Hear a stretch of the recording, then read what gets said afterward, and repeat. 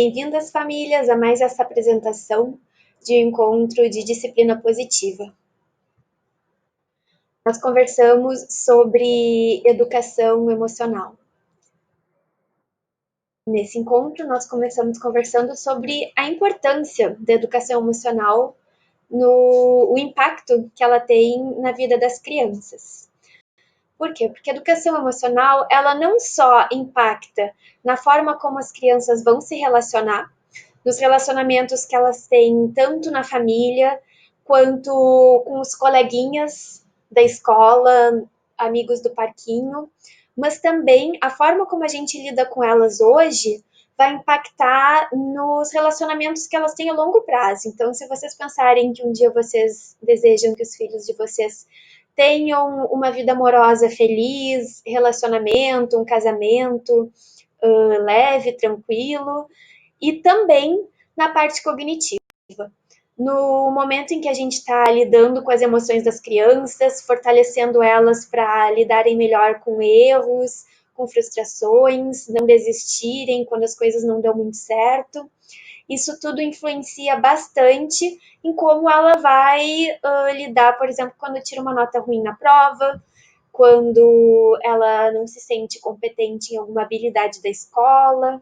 Então, a educação emocional para nós é algo muito importante e profundo. Nós consideramos, então, que a gente não precisa fazer as crianças se sentirem melhor, mas a gente precisa validar os sentimentos delas. Isso é algo que a gente conversa bastante na disciplina positiva. O sentimento a gente não escolhe. Então, nós entendemos que como pais e até como professoras, né, quando a gente vê uma criança frustrada, chorando, o primeiro sentimento que a gente tem é como é que eu vou fazer essa criança se sentir melhor, ela não pode ficar frustrada, eu me sinto mal por ela.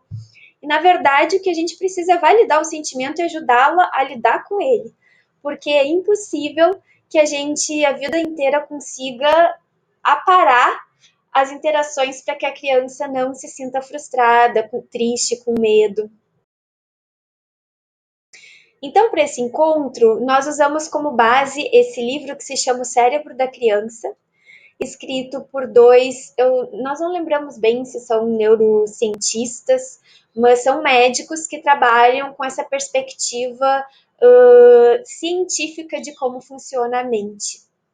Na verdade, é o cérebro da criança, porque a gente vai aprender a desenvolver o cérebro da criança, mas o cérebro de todo mundo funciona de forma igual. Só que a criança ainda está em desenvolvimento, né? Então ele começa falando o seguinte no livro: como é que nós somos especialistas em compreendermos o corpo da criança? Por exemplo, um pai sabe que quando a criança está com 37,5, quando o pai toca na criança e ela já está quente, ele já coloca o termômetro e se der mais de 37,5 de temperatura, já sabe que é febre, já sabe que precisa medicar ou levar num pronto atendimento, ou dar um banho fiozinho para tentar baixar a temperatura naturalmente. Nós somos especialistas, enquanto cuidadores, em compreender o corpo das crianças. E aí ele pergunta por que os educadores, os pais mais devotos, que compreendem tanto a fisiologia do corpo, não se preocupam em compreender essa parte aqui que ela é importantíssima para o bom desenvolvimento da criança. Então ele faz uma analogia que, assim como nós queremos que o coração bombeie o sangue de forma apropriada, que os pulmões funcionem de forma apropriada, a gente precisa que todo o corpo funcione bem para que a criança seja saudável. O mesmo é para o cérebro. Nós queremos integrar todas as partes do cérebro para que ele haja de melhor forma. Então, a primeira integração que nós fazemos, que diz no livro, é integrar o cérebro esquerdo com o direito. Isso é uma teoria muito difundida, inclusive tem pessoas que falam, eu sou uma pessoa do cérebro esquerdo, eu sou uma pessoa do hemisfério direito. Então, algumas pessoas têm a predominância de ter um cérebro mais desenvolvido de um lado ou de outro, E aqui o nosso objetivo é integrar, é fazer com que a criança consiga lidar de forma habilidosa com os dois hemisférios. Então, o que, né, a gente considera cérebro esquerdo e cérebro direito, na verdade, são hemisférios do mesmo cérebro. Mas no livro, por questões didáticas, ele separa o cérebro em vários. Então, a primeira estratégia que nós temos para integrar o cérebro esquerdo com o direito é conectar e redirecionar. Isso a gente fala bastante na disciplina positiva. Então, o cérebro direito, ele é o responsável pelas nossas manifestações mais sutis. Então, é o cérebro responsável por desenvolver empatia, por sentimentos, por nos conectarmos às pessoas, por ver essa questão mais emocional do nosso dia a dia. E o cérebro esquerdo, ele é o cérebro racional. Então, é o cérebro responsável por tomar decisões práticas, objetivas, por organizar pensamentos, por fazer raciocínios lógicos matemáticos, pela questão da linguagem também, que a linguagem, a gente precisa ordenar palavras, precisa organizar o pensamento com o cérebro esquerdo. O que acontece quando uma pessoa ela desenvolve só o cérebro mais, né, o cérebro direito? É uma pessoa que vai ser muito empática, provavelmente vai ter bons relacionamentos, vai se colocar no lugar do outro, vai ser muito sensível. Mas se for só isso, ela acaba caindo no caos emocional, conforme mostra a figura que eu tirei do livro. Então, pode ser uma pessoa que, né, se conecte, que chore em momentos inadequados, que tenha explosões de sentimentos, sentimento à flor da pele o tempo todo, que não tome decisões tão assertivas. Ao mesmo tempo, uma pessoa que desenvolve muito mais o cérebro esquerdo, ela acaba se tornando muito rígida. Então, é aquela pessoa que leva tudo ao pé da letra. Ela tem dificuldade de se conectar com o outro porque ela vê tudo preto no branco. Qual é a ideia aqui? O ideal é que nós sermos essa pessoa na canoa que está navegando entre os dois hemisférios do cérebro. Então, o ideal é que a gente esteja ali fluindo. Quando a gente fala que uma pessoa ela tem inteligência emocional bem desenvolvida, é porque ela conseguiu encontrar uma forma de estar navegando entre o caos e a rigidez. O que acontece no dia a dia quando a gente tem um evento estressante? A gente cai para o caos e começa a ter uma explosão de sentimentos, ou cai na rigidez e acaba ficando muito intransigente, muito rígida, fazendo perguntas e não se conecta tanto com a parte sutil das circunstâncias. Então, naturalmente na vida, nós vamos ter momentos em que vamos pender ou para o caos ou para a rigidez. E o objetivo aqui é nós tomarmos consciência disso e conseguirmos embicar o barquinho e voltar para o meio termo. E como é que a gente faz isso? Então, novamente, é importante que o adulto tenha consciência e faça isso por si mesmo, para depois ajudar a criança a equilibrar, integrar os cérebros dela também. Novamente, a gente fala aqui sobre a questão das máscaras de oxigênio. Quando a gente está no avião, as máscaras caem, o adulto primeiro coloca em si, para depois ajudar a criança.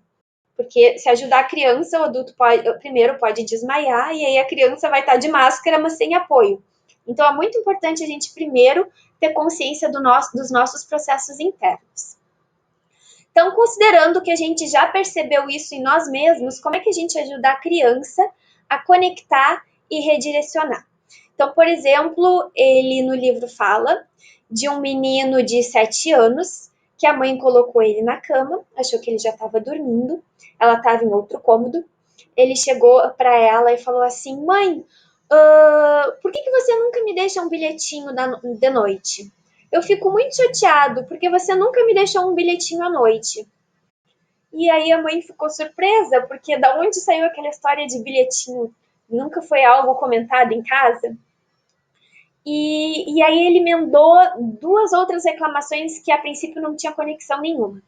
E aí ele falou, e eu também não gosto de fazer o dever de casa, e falou alguma outra coisa emocional, de alguma outra coisa que ele não gostava.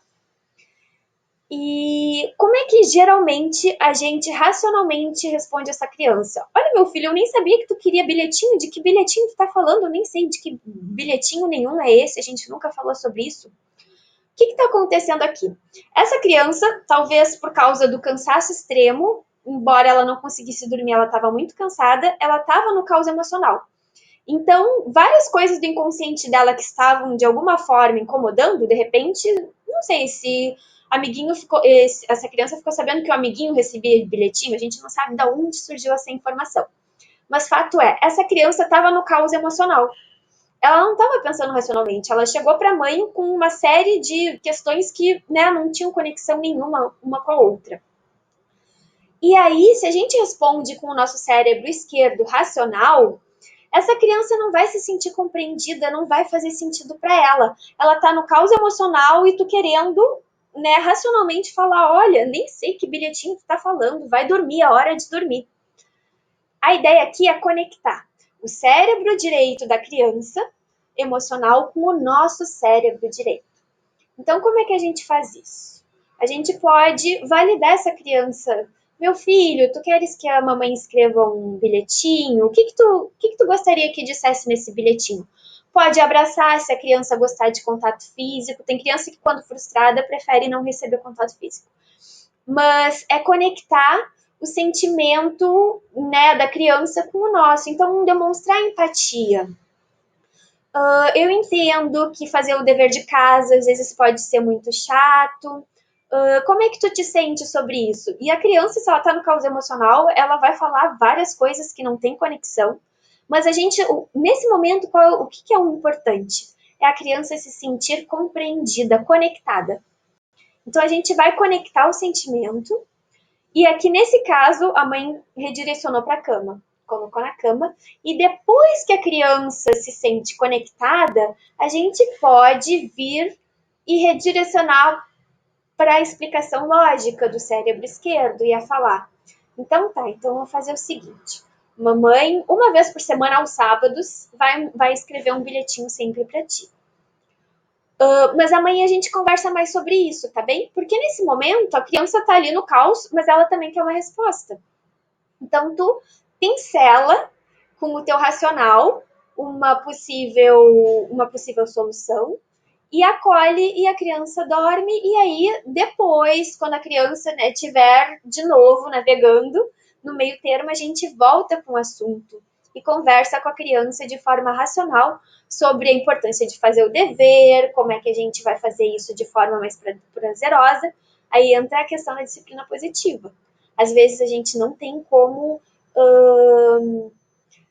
Tem coisas que são obrigação. Fazer dever de casa é uma obrigação. Então a gente tem que ver como é que nós vamos mostrar para a criança que ela pode fazer isso de forma mais agradável. Olha, eu entendo que fazer dever de casa às vezes é frustrante, pode não ser tão legal em alguns momentos, mas é algo importante.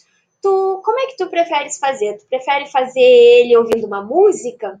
Tu prefere dividir ele em duas partes para não ficar tão cansativo? Então a gente vai vendo, vai colocar para a criança, não há uma opção que precisa fazer, mas como fazer pode ser uma opção sim. Mas isso já entra em outra questão, que é a ferramenta de escolhas limitadas da disciplina positiva. Mas a estratégia aqui que a gente está falando é conectar e redirecionar. Então a gente conecta o cérebro que está mais em evidência e redireciona para o outro. E o contrário também é necessário ser feito. Então, um outro exemplo do livro era uma menina que ia consultar com um dos escritores do livro e ela tinha um cérebro mais lógico, mais racional. E a mãe dela falou antes da consulta: olha, ela tá muito chateada porque ela brigou com a melhor amiga. Essa menina entrou na consulta e disse que não estava chateada. Falou por cima: eu não preciso da amizade dela, eu não quero falar sobre isso. Não estava se permitindo conectar o emocional, mas a mãe dela percebeu que ela estava muito chateada. O que o médico em questão fez? Ele conectou o emocional a partir de uma técnica chamada de rapport. Rapport é uma técnica muito utilizada, por exemplo, por vendedores que querem se conectar com um possível cliente. Coaches de relacionamento também falam muito sobre isso, de te conectar com a outra pessoa, para a pessoa achar que ela está muito conectada inconscientemente contigo. Então, como é que é o rapport? Rapport é assim, quando tá conversando com uma pessoa e ela boceja, tu boceja também. Quando uma pessoa tá falando e coloca a mão na cabeça e coça, por exemplo, tu espera uma fração de segundos e faz a mesma coisa espelhado. Então vai lá e coça a cabeça também. Quando a pessoa bate com as mãozinhas na mesa, tu espera uma fração de segundos, continua conversando e bate com a mãozinha na mesa. No terceiro movimento que tu fizeres igual a pessoa, ela inconscientemente vai se conectar, inconscientemente ela vai criar essa ideia de conexão. Olha, essa pessoa tá me entendendo, essa pessoa é parecida comigo. Dessa forma, a gente conecta. Então, uma criança que está muito no racional, mas a gente começa a perceber movimentos do corpo dela e começa a fazer igual. Então, se a pessoa tá falando com uma cara triste, a gente também faz. Eu entendo, isso deve ser muito frustrante. A gente, nessas pequenas sutilezas, consegue conectar. Se a pessoa tá falando muito racionalmente, tu continua falando racionalmente, mas dali tu vai pegando coisas que tu consegue conectar e trazer para sutileza. Então, esse médico em questão, a menina estava falando de forma muito racional, ele não quis trazer, porque se a pessoa não está preparada para se abrir, ela vai te dar respostas muito lógicas e não vai achar que de repente tu está forçando. E aí, não, eu entendo, realmente, tu não precisa da amizade dela, mas vamos pensar por outro lado. Então, tu vai conectando e trazendo, conectando o racional e trazendo para a sutileza, para o emocional. Então, essa é uma forma que a gente faz de integrar. A gente está trazendo, né, a criança que está ali com o cérebro rígido, a gente vai trazendo ele para o emocional e ao contrário também, uma criança que está ali no caos emocional, a gente vai trazendo para que ela comece a pensar de forma mais clara. Isso a gente está integrando o cérebro esquerdo com o direito. A outra estratégia para conectar os dois hemisférios é nomear para disciplinar. Então, isso a gente já fala bastante também nos nossos encontros de disciplina positiva, que a gente nomeia sentimentos para a criança tomar consciência de que ela está sentindo isso. Então, é aquela questão de validar. Eu percebo que tu tá muito triste porque tu brigou com teu amigo. Deve ser muito chato mesmo quando tu queria entrar na casinha e agora a casinha já tá cheia. Então a gente tá falando pra criança que ela tá triste, que ela tá chateada, que ela tá braba, que ela tá com medo. E isso, o que acontece? É um sentimento do hemisfério direito e a nomeação objetiva do cérebro esquerdo se juntando. Então, aqui dá o exemplo de um caso de uma babá lá nos Estados Unidos. As babás muitas vezes tem um carro e levam as crianças de um lugar para o outro. E era uma babá que estava dirigindo o carro com uma criança de 2 anos. E essa a babá teve um ataque epilético, se eu não me engano. Ela perdeu o controle do carro, bateu. Aí a ambulância chegou, levou ela para o hospital e ligou para a mãe do menino, que não teve nenhum problema, né? Não se machucou. A mãe chegou, o paramédico estava ali tentando consolar o menino de 2 anos, chorando bastante. E aí a mãe já conhecia essa teoria de integrar o cérebro. Acalmou o menino com o emocional. Eu sei, você se assustou, deu um abraço no menino. E o menino que falava pouco, falava assim, ia, uó, uó, ia, uó, uó. E ele ficou repetindo isso várias vezes, ia, uó, uó. E o nome da babá se chamava Sofia. Então, ia queria dizer Sofia. E o uó, uó era o barulho da sirene. Então, ele estava falando para a mãe dele que a Sofia tinha sido levada pela ambulância. Ele estava manifestando aquilo da forma como ele conseguia. E aí, muitas vezes, o que como pais, a gente tenta fazer? A gente tenta distrair a criança porque a gente não quer criar um trauma. Então, é verdade. E aí começa a falar sobre outra coisa. Ah, vamos ali tomar um sorvete. Começa a distrair a criança. O problema é que aquele registro vai ficar no cérebro. Enquanto a gente não conseguir fazer a criança conectar o caos de emoção, o medo, com organizar o cérebro, digamos assim, a criança vai continuar sentindo aquilo de forma extremamente emocional e pode sim vir a ser um trauma. Então, aqui a ideia é pensemos nas emoções, nas memórias desse episódio como peças de quebra-cabeça. Então, quando isso aconteceu, quando aconteceu o acidente, as peças, o medo, o carro batendo, ele vendo a Sofia sendo levada pela ambulância, são pecinhas que estão desorganizadas no cérebro e a criança está com aquilo borbulhando.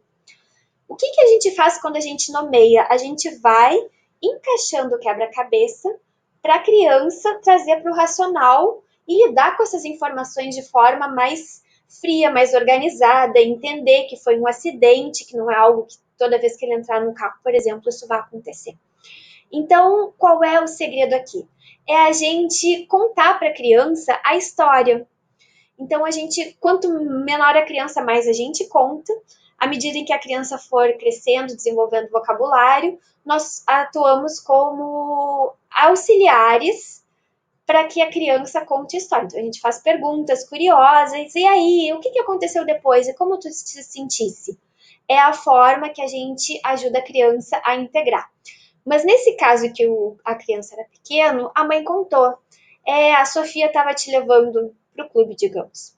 Sofia estava te levando para o clube, ela estava dirigindo, estava no banco de trás, na tua cadeirinha.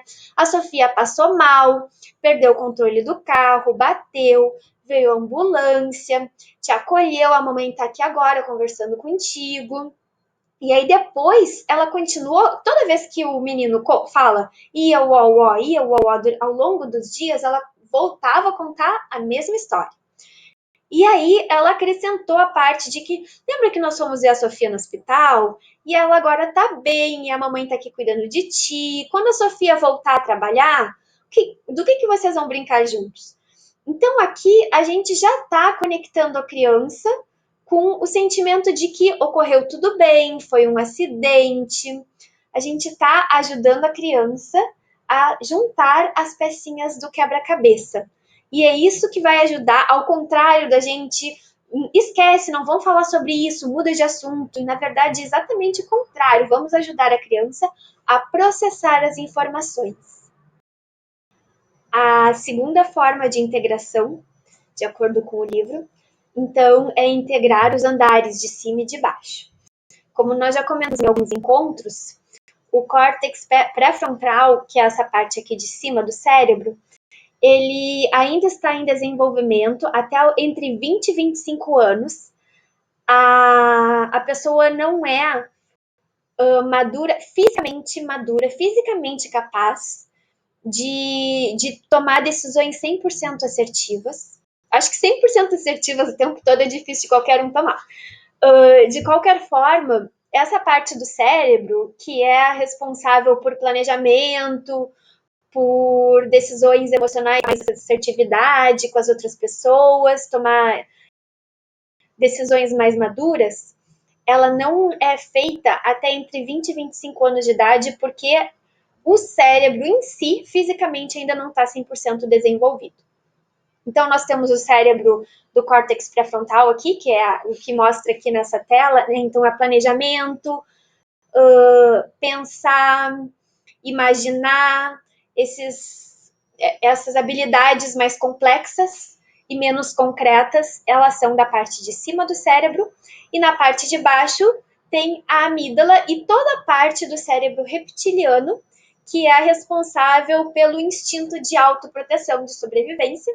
Então, é responsável pelo sentimento de tipo, não estou me sentindo acolhido, estou com medo, estou cansado. Todos esses sentimentos mais primitivos, eles se encontram, eles são formulados na parte de baixo do cérebro. Qual é a estratégia número 3, então? para integrar os andares de cima e os de baixo. Envolver e não enfurecer. Então, por exemplo, fala no livro o exemplo de uma menina de 3, 4 anos que foi no shopping com a mãe e queria um colar. E, se eu não me engano, o colar ele estava numa vitrine só para só exposto e ele não estava à venda. Mas isso funciona, é claro, com um colar que está à venda e a gente não quer comprar um brinquedo. Isso acontece muito no shopping, né?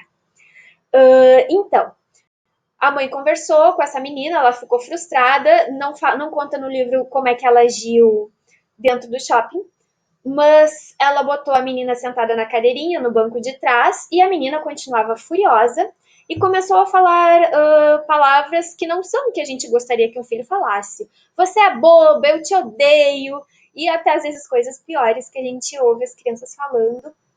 Elas muitas vezes não sabem nem o que quer dizer uma palavra exatamente, mas elas já entenderam que são palavras que ferem os sentimentos dos outros. Envolver e não enfurecer. Então, em vez de falar, você não fala assim comigo, isso não é jeito de falar com a sua mãe, assim eu estou braba. O que acontece? A criança está agindo com o cérebro inferior, o cérebro de baixo, a amígdala, o cérebro que está frustrado porque, por algum motivo, ele achou que isso era importante, aquele colar era importante para minha sobrevivência. Se a gente começa a falar também, ficar brabo, enfurecer, entrar nesse modo cérebro de baixo, a gente está se nivelando por baixo, não está ajudando a criança a pensar de forma mais inteligente sobre essa circunstância. Então, como é que a gente conecta o cérebro de cima com o de baixo? A gente pode falar para a criança, essa não é uma forma respeitosa de conversar comigo, com ninguém. Qual é uma forma mais apropriada de falar que você está frustrada, que você está triste?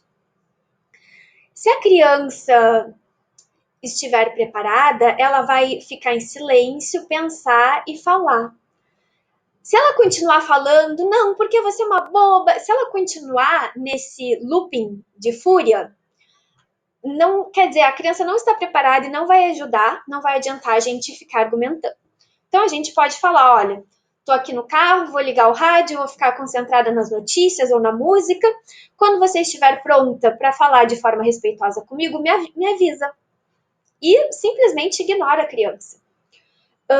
Ou também pode falar para ela, olha, nesse momento a mãe não pode comprar o colar. Qual seria uma boa forma da gente resolver isso? E aí a criança pode falar, então eu vou ganhar esse colar de aniversário, por exemplo. O que acontece aqui nesse momento? Quando a gente fala qual é uma forma mais respeitosa, como é que a gente pode solucionar esse problema, a gente está saindo do cérebro reptiliano, do cérebro menos desenvolvido, e trazendo para vamos pensar sobre isso. Como é que a gente pode conversar de forma mais inteligente? Como é que a gente pode ver uma solução inteligente para esse problema? Me dá uma solução boa para nós dois, então, sobre isso. A criança vai parar e vai refletir. Se ela não fizer isso, ela ainda não está preparada e tudo bem, a gente não vai ficar enfurecendo e alimentando esse cérebro do andar de baixo. A gente vai avisar para ela, quando estiver pronta para falar de forma respeitosa, tu me chama. Deixa a criança lá. A estratégia número 4, usar ou perder. Isso vem daquele ditado em inglês que é use it or lose it. E então, o que a gente considera aqui? Que o cérebro é como um músculo. A gente precisa ficar fortalecendo ele para não perder a sua habilidade, as suas potencialidades de se desenvolver. Então, várias estratégias, a própria estratégia 3 de envolver e não enfurecer, ela já está ajudando a gente a desenvolver o cérebro de cima. Mas outras também são tomadas de decisão. Por quê? Porque a tomada de decisão faz a criança avaliar opções. E isso com crianças pequenas pode ser escolher a cor do sapato. Ela já está decidindo. Quer colocar o sapato azul ou vermelho? Ela já está tomando a decisão, porque a gente não toma, por mais simples que seja essa decisão, azul ou vermelho, essa decisão ela não está aqui, ela já está aqui. Então, é uma decisão boba, que já está ajudando a criança a usar o cérebro de cima. Por exemplo, uma criança de 3, 4 anos que vocês vão no parquinho, pode falar para ela: olha, nós vamos no parquinho, lá no parquinho tu corre, lá no parquinho tem areia. Tu decide, tu quer colocar o chinelo ou o tênis? O que é o melhor para correr no parquinho? A gente assim vai estar dando, a criança está pensando: vou correr chinelo ou tênis. De repente, ela não vai pensar nesse primeiro momento. A primeira vez que tu oferecer essa opção, de repente, eu quero botar o meu tênis que brilha, que pisca. Ela não vai estar tomando essa decisão. Mas no momento em que a gente começa a oferecer essa decisão e falar os prós e contras para ela ir refletindo, aos pouquinhos ela vai começar a decidir. Ou, por exemplo, não, eu vou no parquinho com o meu chinelo do Homem-Aranha. Tudo bem. Ele vai, por exemplo, tropeçar e cair. E aí a gente não vai acusar. Olha só, viu só? Insistiu para vir com o chinelo pro parquinho, é isso que dá, tropeça e cai, rala o joelho. Não, a gente vai acolher a criança. Por exemplo, se isso realmente acontecer, a gente acolhe a criança, faz, doeu, né? Pois é, de repente vir de chinelo no parquinho pode não ser a melhor escolha. Olha, a gente está conectando com o cérebro de baixo. Estou machucado, tá doendo meu joelho, ralei porque eu vim de chinelo. Talvez não foi uma boa escolha. Então, dessa forma, a gente sutilmente está ajudando a criança a tomar decisões, exercitar o músculo, que é o cérebro. Também dar mesada. Dar mesada para a criança é uma forma dela começar a tomar decisões, a visualizar que, né, um montinho de moedinhas ou mais notas, dá para comprar uma coisa melhor. De repente, no início, ela realmente, a criança vai pegar aquela nota de R$ 5 e gastar em qualquer bobagem, e tudo bem, ela está decidindo. É isso que a gente tem que perceber. A gente tem que dar oportunidade para a criança decidir coisas pequenas, para aos poucos ir aumentando essa responsabilidade dela, aos pouquinhos mesmo, mas isso já faz toda a diferença. Controlar emoções. Então, também, uma criança que está tendo um ataque ali, a gente está percebendo que ela está agindo com o cérebro reptiliano e fala para ela: olha, eu estou percebendo que tu tá brabo. Vamos respirar 5 vezes para ver se melhora? Se a criança continuar se debatendo, tu pode começar sozinho, ó. Eu vou contar, eu vou respirar. Se tu quiser, tu me acompanha. 1, 2. E assim a gente vai modelando para a criança começar a perceber: olha, minha mãe tá fazendo isso, vou tentar fazer. De repente, não na primeira vez, mas na segunda ou na terceira, a gente modela o tempo todo. Autocompreensão também. Então, a gente pode, né, crianças maiores podem ter um diário. Isso é uma coisa que, inclusive para adultos, é muito aconselhável, né, que um adulto sente, escreva sobre como foi o seu dia, porque justamente para a gente registrar, me sentir na reunião de trabalho, sentir que as minhas considerações não foram nem consideradas, pensadas pelos meus colegas, me sentir frustrada, e isso vai nos ajudando a conectar o sentimento de frustração, de não importância com o cérebro de cima. Isso ajuda muito a colocar para fora sentimentos, a gente começar a se entender. Para crianças pequenas, a gente pode convidar para desenhar. Vamos desenhar sobre o dia? O que foi uma coisa marcante no dia da criança? Ela ficou chateada porque ela brigou com o irmão, porque o irmão mordeu ela, por exemplo. Brigaram e um mordeu o outro. Então vamos desenhar aqui, vamos desenhar a mordida? Como é que é uma mordida? Que cor é a mordida? A criança pode só rabiscar. Do lado dela, tu faz algum desenho para a criança ir conectando, né? A sensação da mordida, de frustração, de brabeza, com a parte de cima. É ruim morder, é ruim ser mordida. A gente está conectando o cérebro de cima com o de baixo e o esquerdo com o direito. Então, sempre pensar em como a gente vai fazer a criança refletir sobre os episódios. Empatia também. Tá no parquinho, teve uma disputa de brinquedo, ou uma criança caiu, ralou o joelho. Pode depois, quando tiverem os dois no carro, por exemplo, indo para casa, conversar. E você se lembra que aquele menino no parquinho estava correndo e ralou o joelho? Como é que você acha que ele se sentiu? Será que ele sentiu dor? Então não é só aquela questão, viu só, correr no parquinho dá nisso. É uma questão de criar empatia, de se colocar no lugar do outro. Você percebeu que em tal momento aquela menina estava chorando? Por que será que ela estava chorando? O que a gente sente quando chora? Então a gente está trabalhando sentimento do choro com pensamento. O que é que a gente sente quando chora? Estamos conectando o andar de baixo com o andar de cima do cérebro. E a estratégia número 5, mover ou perder, move it or lose it, que é a questão de entender o corpo como um todo. Então, fala sobre um caso de um menino no livro, né? Fala sobre um caso de um menino de 10, 12 anos que não conseguia se concentrar de forma alguma para fazer o dever de casa. A mãe dele estava ali tentando entender como ajudar. E, é claro, isso se passou nos Estados Unidos, onde a segurança pública é bem maior. Mas conta que esse menino simplesmente levantou da cadeira, passou pela porta de entrada, bateu a porta e passou 20, 30 minutos, não me lembro o tempo, correndo na volta da quadra. Correndo, correndo, correndo. Uma hora ele cansou, chegou em casa, fechou a porta, sentou e começou a fazer o dever de casa. E a mãe dele perguntou para ele por que ele fez isso.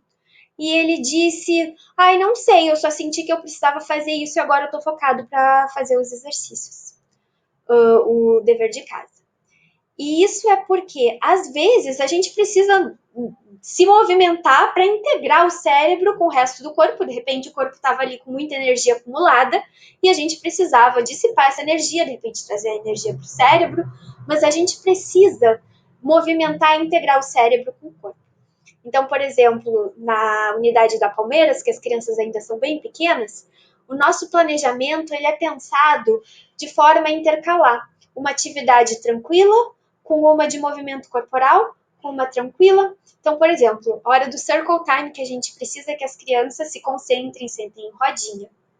Se a gente passou ali 10, 15 minutos sentado, não é produtivo nós passarmos do circle time para uma hora em que a criança vai sentar na cadeira e desenhar. Porque ela já estava fazendo isso, ela já estava num movimento de concentração para sentar na cadeira e desenhar, enquanto o corpo dela continua cheio de energia para gastar. Então, como é que a gente pensa? Bom, circle time, aí um movement break, que pode ser uma dança, uma brincadeira. Depois a gente pode efetivamente sentar para brincar com massinha ou desenhar. Depois vamos levar para o playground. Depois vamos sentar de novo. E assim a gente vai intercalando. Quanto mais maturidade a criança tem, mais tempo de concentração, de permanência, menos necessidade de se movimentar. Mas é algo que é produtivo, inclusive, para os adultos, porque nós vamos estar integrando o corpo inteiro, inclusive o cérebro, com o resto dos órgãos vitais. Integrando a memória. Então, aqui a estratégia... Eu vou falar primeiro da estratégia 7. Lembrar para lembrar. Então, novamente, o cérebro é um músculo. O que significa lembrar para lembrar? Fala no livro o exemplo de um médico que tem um filho recém-nascido em casa e cada vez que o filho chorava, ele se sentia ansioso, ele tinha uma agonia, ele tinha um sentimento muito ruim. E racionalmente, ele pensava, nossa, mas recém-nascidos choram, eu sei que eles choram, ele tá com fome, ele vai chorar, a gente vai alimentar, tá tudo bem? Ele chora porque a fralda tá suja? Recém-nascidos choram, por que eu tenho esse sentimento tão ruim? Ele tinha um sentimento muito ruim por qualquer coisa que o filho dele chorasse. E aí, ele sem querer, ele não foi propositalmente essa conversa, mas ele conversou com um colega dele, que era médico, e eles tinham feito residência juntos na pediatria. E aí, nessa conversa, veio à tona um momento, ou durante toda a residência deles, mas fato é, durante a residência, eles estavam no hospital, lidando com crianças que choravam por motivos mais sérios, e ele acabou percebendo que ele, na memória dele, ele vinha esse sentimento ruim porque ele associava choro de recém-nascido com doença, com coisa séria. E aí ele começou a racionalmente perceber quando o filho dele estava chorando e vinha esse sentimento muito ruim, ele lembrava, não, eu estou conectando com outras crianças que estavam chorando no hospital. O meu filho está chorando porque ele é um recém-nascido, ponto final. Então, isso acontece com adultos, vocês imaginem que acontece com crianças. A gente, sem querer, não exercita a memória e se esquece. Então, esse médico, ele sabia que ele tinha feito residência em pediatria. E ele, mesmo assim, não conseguia lembrar, não conseguia associar essa memória tensa, de repente, com o choro atual presente de um filho que só queria mamar, por exemplo. Então, lembrar para lembrar é esse exercício, por exemplo, do diário. Eu estou lembrando aqui das minhas lembranças, porque quando vier um sentimento instintivo que eu não sei racionalmente de onde é, eu posso acessar minhas lembranças e trazê-las à tona. Isso conecta com a estratégia 6, que é de usar o controle remoto da mente. Então, aqui conta no livro o exemplo de um menino de, não sei, 6, 8, 10 anos, mas lá nos Estados Unidos eles têm muito competições que são para integrar pai e filho. Então, nessa comunidade onde eles viviam, tinha anualmente uma competição de carros de madeira. E o pai e esse menino, todos os anos, talhavam em madeira um carrinho, colocavam rodinhas, pintavam o carro para uma competição da comunidade de carrinhos de madeira. E era algo que o filho sempre adorou fazer. E estava chegando no momento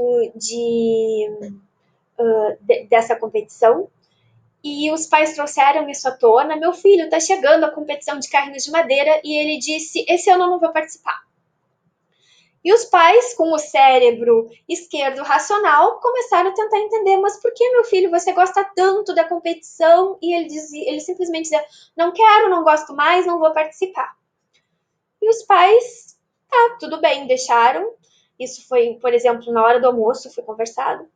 E à noite, os pais se lembraram de um incidente com canivete que aconteceu uns meses antes. Esse menino pegou um canivete, levou para o parque, encontrou um amigo, um melhor amigo, e eles começaram a fazer marcas nas árvores do parque com o canivete. E no momento o canivete escapou da mão dele, atingiu uma artéria do amigo na perna e saiu muito sangue. Efetivamente não foi um cortezinho. Saiu muito sangue, eles se assustaram, chamaram a ambulância, o amigo dele foi para o hospital, teve que levar pontos. No fim, tudo ficou bem. Eles foram para a casa o amigo foi para a casa desse menino da competição de carros. Eles conversaram sobre, né, que o canivete é um instrumento perigoso, que tem que ser usado com os pais. Ficou tudo bem, eles continuaram sendo amigos. E aí os pais se deram conta disso. Na memória irracional desse menino é o caos da emoção. Então ele estava ali com aquela aversão ao canivete inconsciente. O que esse casal fez? Conhecendo a técnica do cérebro por inteiro. O pai chamou o menino e conversou. Eu acho que eu sei porque você não quer participar da competição de carrinhos de madeira. Você se lembra que você levou o canivete pro parque e aí o amiguinho tal, ele falou o nome do amigo, se machucou e aí ele falou assim, não, para, eu não quero saber dessa história, eu não quero e pronto. E aí o pai falou assim, então tá, então vamos fazer o seguinte, eu vou contando essa história e no momento em que tu te sentires mal com a história, tu diz pra eu parar, como se fosse um controle remoto. Você fala pause ou stop, eu não me lembro qual foi a palavra usada, e aí eu paro e a gente vai usar esse controle remoto para passar para frente e eu não vou contar a parte da história que te deixa mal. E aí o menino concordou. E aí o pai foi contando, então vocês pegaram um canivete, vocês foram até o parque, e aí o menino falou stop. E aí o pai, então tá, então eu vou passar essa parte e vou falar sobre a parte em que tu foi visitar o teu amigo no hospital. E ele falou, não, ainda não. Então a parte que o amigo foi te visitar em casa e ficou tudo bem, tá. Aí o pai falou, então, o amigo saiu do hospital, nós conversamos, vocês combinaram que não iam fazer mais isso, ficou tudo bem. E qual é a tática aqui? É voltar nessa história e ir diminuindo o intervalo do pause. Então, à medida que a gente vai contando e recontando a história, vai trazendo do caos emocional para o cérebro esquerdo, que organiza o sentimento. Então, o pai começou a contar mais, foi pro parque, aí vocês estavam brincando com o canivete. Depois conta a história que o canivete atingiu, depois fala da parte do sangue. Isso vai integrando aos pouquinhos o emocional com o racional e vai ajudando a criança a lidar de forma mais racional. Eu não preciso ter um medo do canivete, porque o meu pai vai estar junto. Mas por que a criança consegue pensar dessa forma? Porque a gente integrou, a gente ajudou ele a sair do emocional para a organização do cérebro com o hemisfério esquerdo. Então, essa é uma técnica bem poderosa para a gente ir aos pouquinhos tocando num assunto que para a criança pode ser bem ruim. Nós chegamos então à parte integrando as muitas partes de si mesmo. Aqui a gente integra sentimento, pensamento, emoção. E a estratégia número 8, então, é deixar as nuvens de emoções passarem. O que significa isso? Assim como a gente observa as nuvens que passam, nós começamos a observar também os nossos sentimentos, as nossas emoções passando. Como é que a gente faz isso? Por exemplo, quando uma criança se machucou, ela colocou um band-aid, depois de umas horas, de uns dias, tu tira o band-aid e mostra para ela, olha, o que tinha aqui antes? Tinha um machucado, né? Tava vermelho de sangue, tinha uma casquinha. Olha só como passou. Lembra que no dia desse machucado tu chorou bastante? Lembra que a mamãe te pegou no colo, a gente passou uma pomadinha, colocou o band-aid, tava doendo e agora não tá mais. Tudo passa, não é mesmo? Ou então, quando uma criança teve uma briga, uma disputa por brinquedo, deixou ela muito frustrada, e daqui a um tempo, umas horas, ela tá brincando com o irmão. E aí tu pode chegar e falar para elas, olha, vocês se lembram que vocês estavam bravos um com o outro, estavam frustrados, choraram de raiva? Olha só que coisa boa, tudo passou, agora vocês estão brincando felizes juntos. Isso é diferente de apontar. Olha, viu só como não precisa chorar? Que bobagem! Olha, tudo passa. Lembra que vocês estavam brigando? Agora estão aí brincando. Não tem por que brigar. Isso não acolhe. Na verdade, a gente está mostrando para a criança: olha, tudo passa. Tudo bem, tá triste agora? Daqui a pouco tu vai estar feliz de novo. Isso ajuda a gente a não se conectar. Isso, inclusive, é um bom exercício para o adulto fazer. Quando acontece alguma coisa que nos deixa tristes, frustrados, da gente não é também, não vou sentir que besteira, ficar me sentindo deprimida porque eu sei que isso vai passar. Não, é nomear o sentimento. Olha, estou me sentindo deprimida por causa deste motivo e tudo bem, porque eu sei que vai passar. Isso faz toda a diferença em como a gente começa a sentir e a perceber que tudo vem e vai e começa a não se conectar e já começar a imaginar coisas piores a partir do sentimento. Daqui a pouco a gente vai conversar um pouco mais sobre a diferença entre sentimento e pensamento. A estratégia 9 é examinar. Então aqui a gente examina realmente o que se passa pela nossa cabeça, o nosso sentimento, e ajuda a criança a perceber também. Então, meu filho, tu tá com medo? Tu tá com medo por quê? Tá com medo porque da última vez que tu me ajudou a colocar os pratos na mesa, um deles quebrou e caiu? Por que tu tá com medo? O que tu tá sentindo? Ou então uma criança que tá nervosa, por exemplo, tá ansiosa, tá insegura. Em geral, a pessoa, quando ela tá ansiosa, às vezes ela fica com a mão úmida, ou ela tá tremendo, ou ela tem um tique nervoso. Pessoas ansiosas, em geral, têm um tique. Ou de ficar batendo na mesa, ou de ficar sacudindo o pé. Assim, isso é um sinal. E a gente examina e fala, olha, eu acho que tu tá ansioso. O que a gente pode fazer quanto a isso? Tu quer que a mamãe tente se acalmar contigo? Então, aqui a gente está examinando o próprio corpo da criança com ela, para ela começar a se perceber. E a outra estratégia é exercitar a visão mental. Então, aqui nós temos o desenho de uma roda de bicicleta e o eixo, a essência, é o nome da criança, é o Jason. O que acontecia com o Jason segundo o livro? Jason não conseguia dormir porque ele ficava olhando para o teto e imaginando o ventilador de teto caindo em cima dele. E aí, o que acontece? É o emocional, é o cérebro de baixo reptiliano com medo de não sobreviver, passando uma informação que não tem procedência nenhuma. Então ele tá ali com o cérebro debaixo dele, e aí os pais vão lá com o cérebro de cima e falam: não tem por que tu ter medo, o ventilador tá bem preso, olha aqui um parafuso novinho. Não tá conectando, tô com medo muito racional aqui, não tá conectando nem o de cima nem com o de baixo, nem o de direito com o esquerdo. Então, o que a gente faz? A gente pega e faz uma lista com a criança de coisas das quais ela está tendo medo no momento, ou se ela não tem um medo nesse momento, a gente pode pegar coisas que ela tem medo em geral, se não tem nada específico, e também coisas que trazem sensação de felicidade, de leveza. Então, aqui na roda do Jason diz: paz caindo do ventilador. É o medo dele. Posso relaxar a tensão em meu corpo. Então, aqui é uma criança mais velha, o Jason acho que tinha tipo 7 anos de idade. E já tinha sido feito, então, esse trabalho de vamos relaxar, respira fundo. Essa é uma opção para as crianças maiores, ou até crianças de 3, 4 anos que já tomaram contato com esse tipo de autorregulação que nem a gente trabalha lá na escola. Pescar com o papai.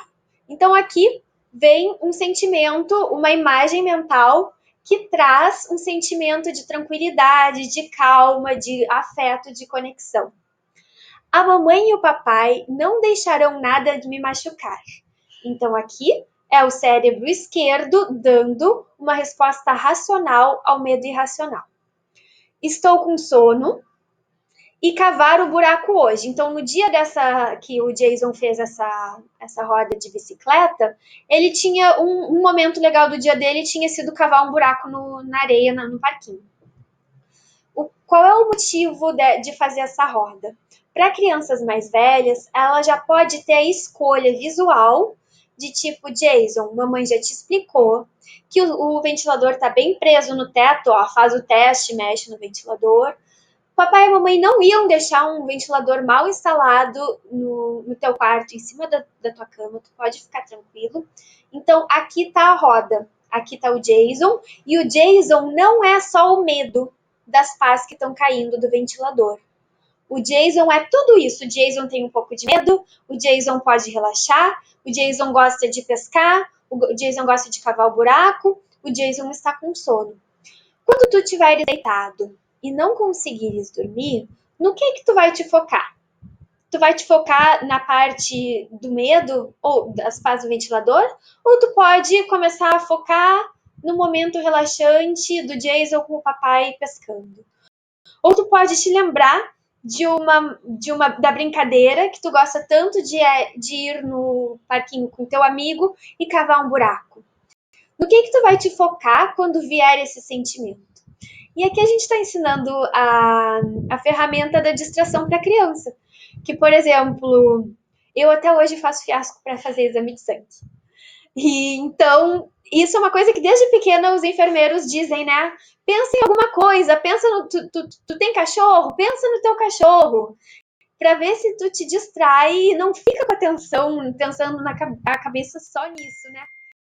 Então, isso é uma ferramenta muito poderosa, principalmente se usada constantemente. Então, por exemplo, se os meus pais não me ensinaram a redirecionar um pensamento fixo, essa ferramenta é principalmente para medos fixos que a gente tem recorrentemente.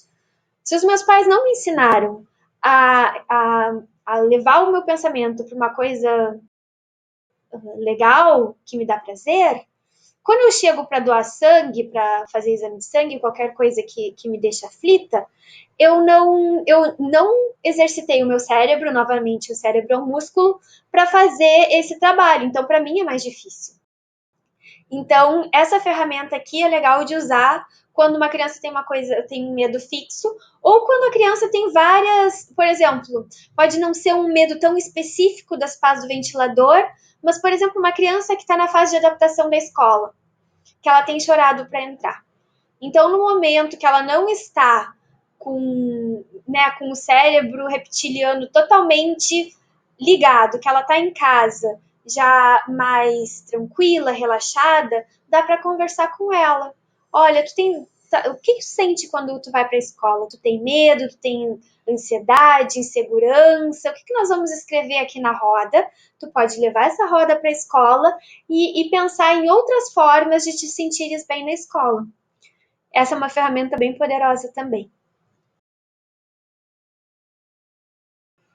E aí, por último, então a gente teve 10 ferramentas de me entender, de sentir, de conectar emoções, conectar as emoções com o racional, conectar o cérebro reptiliano com o cérebro mais desenvolvido, memória.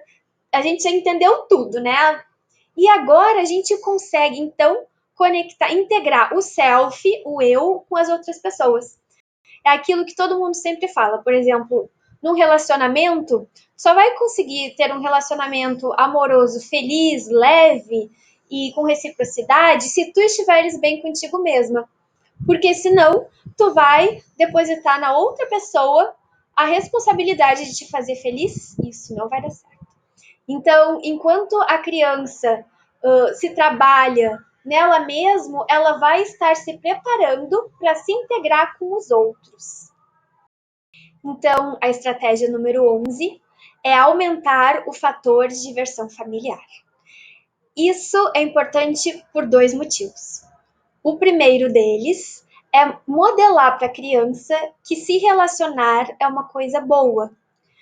Então, se a gente tem uma relação com os filhos de correria no dia a dia e de só conversar com eles no momento em que eles fizeram alguma coisa errada, qual é a mensagem que a gente está passando para a criança implicitamente?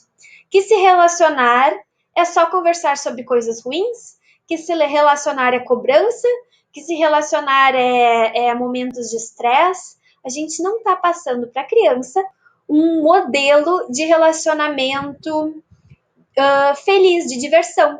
Então, aqui a ideia é a gente mostrar para a criança que quais são os primeiros relacionamentos na vida da criança? São com os pais e com os irmãos. Então, é daqui que ela vai tirar o modelo para se relacionar com parceiros e amigos quando ela for maior. Então, a gente quer que ela entenda isso. Olha que legal, relacionamento também é diversão, não é só cobrança, não é só briga.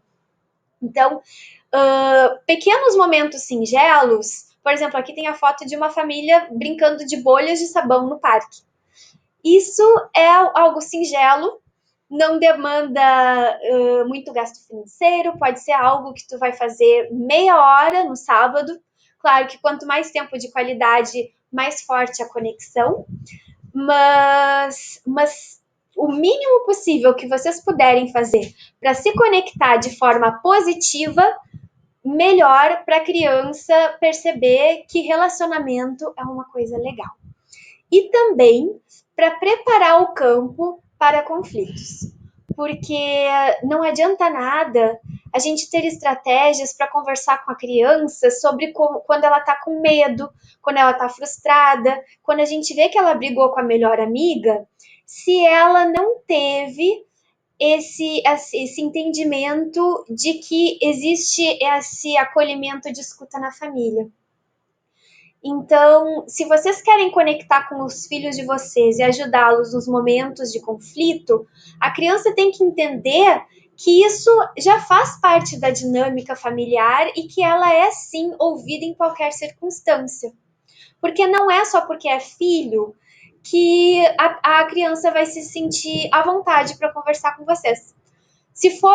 Principalmente se for essa relação, né, de pais trabalhando o dia inteiro, deixa com a babá, deixa na escola, chega no fim de semana, brinca um pouquinho, porque tem que fazer outras 1000 coisas que fazem parte do dia a dia, mas se tu não tiveres tempo de qualidade e se conectar na hora mais difícil, é que vai ser mais difícil ainda de conectar. Então, tanto para modelar o que é um bom relacionamento e que relacionamentos podem ser bons, quanto para preparar o terreno para os momentos de dificuldade, aumentar o fator de diversão familiar é muito importante. E a última estratégia é conectar por meio do conflito. E aqui vale lembrar que quando a criança está com a tampa aberta, que só a amígdala está respondendo, não adianta conversar de forma racional. A gente tem que conectar o cérebro direito com o esquerdo, a gente tem que conectar o cérebro de cima com o de baixo, para depois conversar racionalmente. Então, no momento de birra, no momento de fúria, não adianta, não vai fazer bem conversar sobre isso. Mas se o momento for de uma briga entre irmãos, por exemplo, um impasse em que ainda há diálogo, ou até mesmo depois, é conectar por meio do conflito. Olha, como é que tu acha que o teu irmão se sentiu quando tu rasgasse o desenho dele? E aí no livro fala do exemplo de dois meninos que dividiam o quarto, e um deles, o mais velho, tinha toda essa questão, né, de ser o mais velho, de ter dificuldade em compartilhar o quarto, afinal o quarto era só dele. E o irmão mais novo botava desenhos na parede. Um dia o irmão mais velho chegou, arrancou todos os desenhos, colocou fora, rasgou, e botou cartazes. Não sei se Jornada das Estrelas, mas botou cartazes de coisas que ele gostava na parede. O irmão mais novo chegou no quarto e é claro que ficou muito triste, chorou. Então, naquele momento ali de briga, de conflito, a criança não vai ouvir. Mas depois a gente pode chegar e conversar. Olha, tu viu que teu irmão chorou? O que quer dizer o choro? Quando uma pessoa chora, o que significa? Ele ficou muito triste, né? Como será que ele se sentiu? Como tu te sentiria se tu agora entrasse no quarto dele e todos os teus posters da Jornada das Estrelas tivessem rasgado? Então, novamente, aqui tu não tá acusando, e o tom de voz que a gente usa faz toda a diferença. Então, um tom de voz amistoso, que traga leveza e que a criança se sinta compreendida e instigada a refletir, não a se defender. Isso faz toda a diferença para conectar a criança com o outro. Então, aqui teve bastante informação nessa apresentação. São 12 estratégias diferentes que se interligam, algumas delas, inclusive, meio que são repetitivas entre si. E eu já ouvi um questionamento: ai meu Deus, é muita informação. Eu sou mãe, eu trabalho, eu cuido da casa, o que, que eu faço com tudo isso? Eu não me lembro nem mais qual foi a estratégia número 1. E aí o segredo é não se cobrar. Seria bom, por exemplo, escrever as 2 estratégias no papel, colocar na porta da geladeira, num lugar visível, e escolher ler uma por dia, ou, por exemplo, a estratégia da semana. Essa semana eu vou trabalhar, eu vou me lembrar de conectar o cérebro direito e esquerdo meu e dos meus filhos. Como é que eu vou fazer isso? Como é que se aplica essa estratégia? E aí passa aquele tempo exercitando. Depois de um tempo, depois, na semana seguinte, passa para outra estratégia ou pula. Às vezes não é da 1 para 2, às vezes tu tá percebendo que a 5 vai ser mais te ajudar mais nesse momento, então pode pegar essa, porque no momento em que a gente trabalha com uma, a gente sem querer tá saindo do piloto automático e refletindo sobre tudo. Então, tanto na disciplina positiva quanto no cérebro por inteiro, o que a gente mais quer é sair do piloto automático, reagir ao estresse, reagir à briga e choro, parar, respirar e pensar o que eu posso fazer aqui para essa criança se sentir mais acolhida. O que eu posso fazer aqui para conectar o racional com o emocional ou vice-versa. Só esse questionamento, esse exercício na hora do estresse já vai fazer toda a diferença, e quando a gente percebe sem querer, a gente já está aplicando muitas estratégias empiricamente. Então, eu espero ter ajudado vocês e espero que vocês tenham confiança para dar um passinho de formiguinha de cada vez, porque a gente sabe que não é fácil e é muita informação mesmo. Observando essa necessidade que a gente tem de aprender a lidar com as nossas emoções, a Yale criou um programa chamado Ruler. Nesse programa, eles usaram uma sigla, o Ruler, para falar dos passos que a gente tem que ter entre reconhecer a emoção até a gente conseguir se autorregular. O primeiro R vem para Recognizing Emotions in Self and Others. Ou seja, uma coisa que parece simples, mas muitas vezes a gente não está presente para perceber quando a gente está com alguma mudança no humor ou nas emoções, ou até se a pessoa que a gente está lidando também não está. Então, às vezes a gente está falando um monte e a pessoa está lá brava ou irritada e a gente nem percebe. Então, a gente precisa primeiro reconhecer que a emoção está lá. O segundo passo seria understanding the causes and consequences of emotions. Então, a partir do momento que eu percebo, por exemplo, que eu estou irritada, tenho que entender o que gerou essa irritação em mim, ou até se eu estou percebendo no outro, entender o que gerou isso na outra pessoa e como que isso pode ter consequências nas minhas ações, como que isso pode acabar gerando outras coisas em função dessa emoção que eu estou sentindo. Depois de reconhecer e entender da onde veio e o que pode gerar, a gente vai label emotions accurately. Então, esse é um passo também muito interessante, porque a gente percebe, ao começar a entrar nesse mundo da inteligência emocional, como o nosso vocabulário é pobre para falar sobre as emoções que a gente sente. A gente usa, no máximo, 5 ou 6 palavras, mas tem aí uma gama de emoções que a gente pode usar os nomes para poder falar no ponto o que você está sentindo. Será que você está bravo ou você está frustrado? Será que você está ansioso ou você está irritado? Então, às vezes, as palavras vão ajudar a gente a chegar no ponto, o que causou aquilo. Depois de você saber o nome, você saber como que chegou aquela emoção até você, você esteja reconhecido, você vai expressar as emoções, expressing emotions appropriately. Ou seja, você tem que explicar para as pessoas o que você está sentindo. Nem que seja para falar assim, hoje eu não estou bem, por favor, não fale comigo, ou eu estou sentindo isso, para que você consiga pôr para fora e para que isso evite algumas outras consequências. E depois de passar por todos esses passos, regulate emotions effectively, ou seja, que você consiga achar formas que funcionam para você, de acordo com o que você está sentindo. O Ruler tem como uma ideia central de que all emotions matter, ou seja, todas as emoções importam.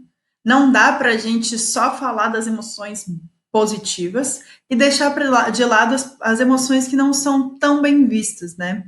Então, muitas vezes a gente não se sente à vontade para dizer que está triste ou para dizer que está com raiva. Só que a gente não observar isso, olhar para isso, aceitar que a gente está sentindo assim, não faz com que a sensação vá embora. Então, o que eles propõem é que a gente deixe um pouco de lado de falar quais são as emoções boas, quais são os humores bons e quais são os humores que você não pode sentir na sociedade.